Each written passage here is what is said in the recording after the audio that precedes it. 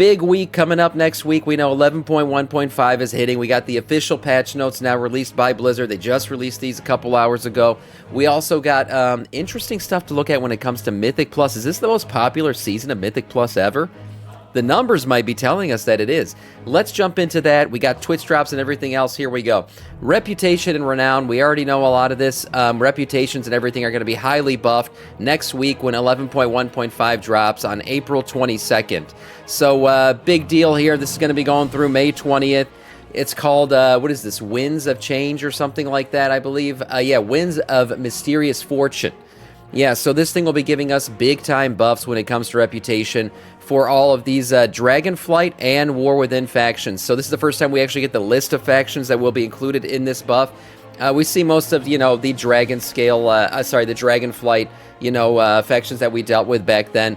Those will be getting a 200% buff in Renown, and then we will see a 100% to select factions in our War Within. So we're basically seeing all of the original War Within ones, not your cartels and stuff like that. Those will still be dealing with a little bit of a reputation lag, but you still be able to get a little bit of extra rep next week on those from these satchels. So these satchels will be dropping. They will include bonus gear, by the way. They'll be dropping from all kinds of mobs, so you can get these things from anywhere while you're playing during this event. They'll give you appropriate item level gear plus 2-hour experience 10% potions.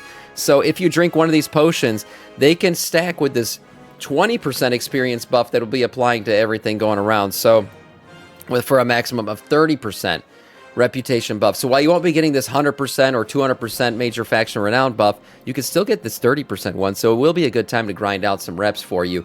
We know that the Nightfall scenario will also go live. This is the other thing that will be going live when the patch actually happens. This is the big thing happening in Hallowfall. Kill all the Ashkahadians, do all the things, get the fully whited out Hallowfall gear. It's going to look pretty cool. Also, the links, the white links mount looks very damn cool too. That'll be something you can get along with the cooldown manager. Yes, very exciting. Another add-on you'll be able to delete and just keep this shit in game. Getting a cooldown manager is something that's been needed for quite a while in WoW, and this is another step towards needing less add-ons in WoW, which I think is healthy for the game. May 20th is really when the patch kicks off, let's be honest. We get horrific visions at that time, so nice, fun stuff to do. You'll be able to get crests from this shit. You'll be able to get relevant gear. I'm talking high item level gear, heroic level raid gear. A ton of fun stuff to be had.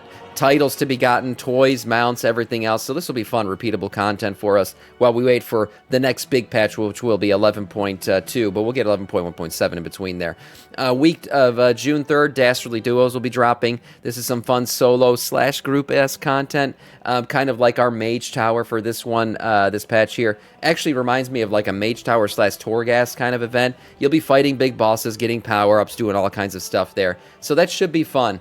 This Winds of Mysterious Fortune event, by the way, as I mentioned before, these mysterious satchels will be dropping, rewarding, it'll be coming from quests, killing mobs in Dragonflight and the War Within. It'll contain a 10% experience potion that stacks with a 20% experience buff already given to the game. It'll also be giving you these, I'm mentioning it again, Torghast. I don't know, Blizzard's taken inspiration from Torghast lately.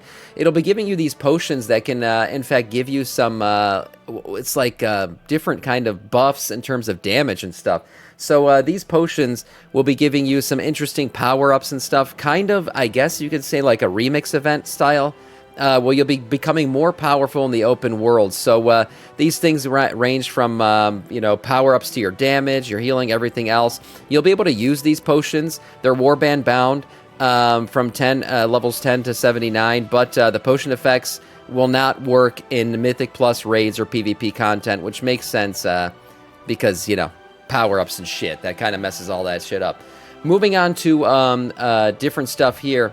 World quests and bonus events are giving reputation right now. So to get extra reputation, you don't got to wait until 11.1.5 goes live. So that's pretty exciting because, hey, reputation grinds are kind of a thing right now.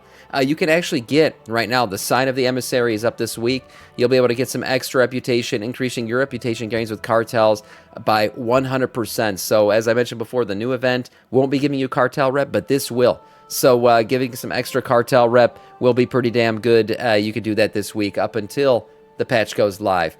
Also, next week, Twitch drops. That's right, Twitch drops. Watching 4 hours of somebody's stream, including my shitty stream. It's a horrible stream. We'll give you a, what is this thing called? The birdie bee or something like that. The beetle, Beatriz. Yeah, Beatriz, the maiden bug pet. So you can get this pet just for watching somebody 4 hours. This carries over to different streams. Watch one stream for an hour, watch the next one for 3, whatever it is. Just watch somebody in the World of Warcraft category for 4 hours total, and you will get yourself this little B-boy mount. Pretty nice. Mythic Plus. Let's talk a little bit about this season. It's been, pretty easy, I think, in terms of seasons as far as they go. There's been some controversies here and there, a few hiccups in the along the way, but overall, the numbers so far, starting in week 6 now, the War Within Season 2 is the most popular season we've seen since Dragonflight. Since Dragonflight.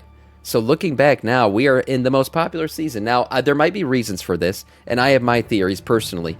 Looking at it, we also see people are pushing higher keys than usual. Now, that also goes to the easiness of a season. But I really think that 3K IO buff, that the 3K IO mount, I should say, that people are able to get this season is really pushing people to continue to push keys higher, participate more in the season, and incentivizing people with a mount was a very smart idea from Blizzard, because I think it's going to keep people playing the season for longer, pushing keys higher, and continuing to progress in the Mythic Plus season. Whereas previously, a lot of people would get their Mythic Keystone mounts and then be done kind of with the season unless they still wanted gear out of it. How the fuck would you know you haven't done any Mythic Plus? Well, the numbers, damn it, Cadence. The fuck? I don't have to play to know the damn numbers. I could read a damn chart. And I've played a little bit, honestly, and I'm going to play more. I'm going to get more into Mythic Plus. Thing is, for me, seasons always start with Raid, and then I get into Mythic Plus later on as progression and Raid finishes out, and we're kind of done with that. Plus, Mythic Plus is the best way to keep pushing gear beyond what Raid can give you. So, yeah, great season so far, popular season. As I said before, there's been the hiccups here and there, but most of all, it's a good season, I think, if you look at all the numbers combined. Now, as I said before, Mythic Keystones, actually, we're seeing less Keystones being completed, but at their higher level Keystones, so that's just going to happen. As I said, I really believe that the 3K IO mount is the real reason why we're seeing more popularity later in the season here. And looking at the season in total, what are the most played classes right now? I always find this to be fun to look at. Most played classes in the game right now, Paladin. I said it before and I'll say it again. Most popular class. Now, what I do like about these numbers is they are not the meta, which is good. I think it's healthy for the game to see people playing the game, not in just the meta format. We look right here, we see Paladin, Druid, Hunter, Shaman. I'm surprised Shaman is actually this popular. Warrior, and then finally, this is your meta right here. We know that Discipline Priest, Fire/Frost Mage, and Unholy DK right now, and then Demon Hunter, Havoc Demon Hunter are your big boys, right? Part of your meta. So we're not actually seeing the meta spec unless we're looking right in the middle there. So that's good to see. Evoker, I'm sure Evoker took a big hit considering that augmentation is basically thrown in the trash. You can't even play it right now. So these are the most popular classes in the game right now. Again, the meta just sitting here in the middle, which is good to see. And again, I've said it before and I'll say it again. Playing the meta only matters for somebody who's pushing like a plus 22 or something. Anybody who pretends like the meta matters for a plus 6 needs to get their fucking health checked. Maybe get a colonoscopy done or something to clear out all that shit that they're currently dealing with, because it's not true. Run your damn keys with anybody who will queue up, have a good time, teach people how to do fucking Mythic Plus. Don't be a toxic asshole. And just enjoy the game for what it is. And that is, it is a game. Okay? Classic, Paladins at the top. I don't think I've ever seen one of these charts without Paladins at the top. But that is all in terms of news.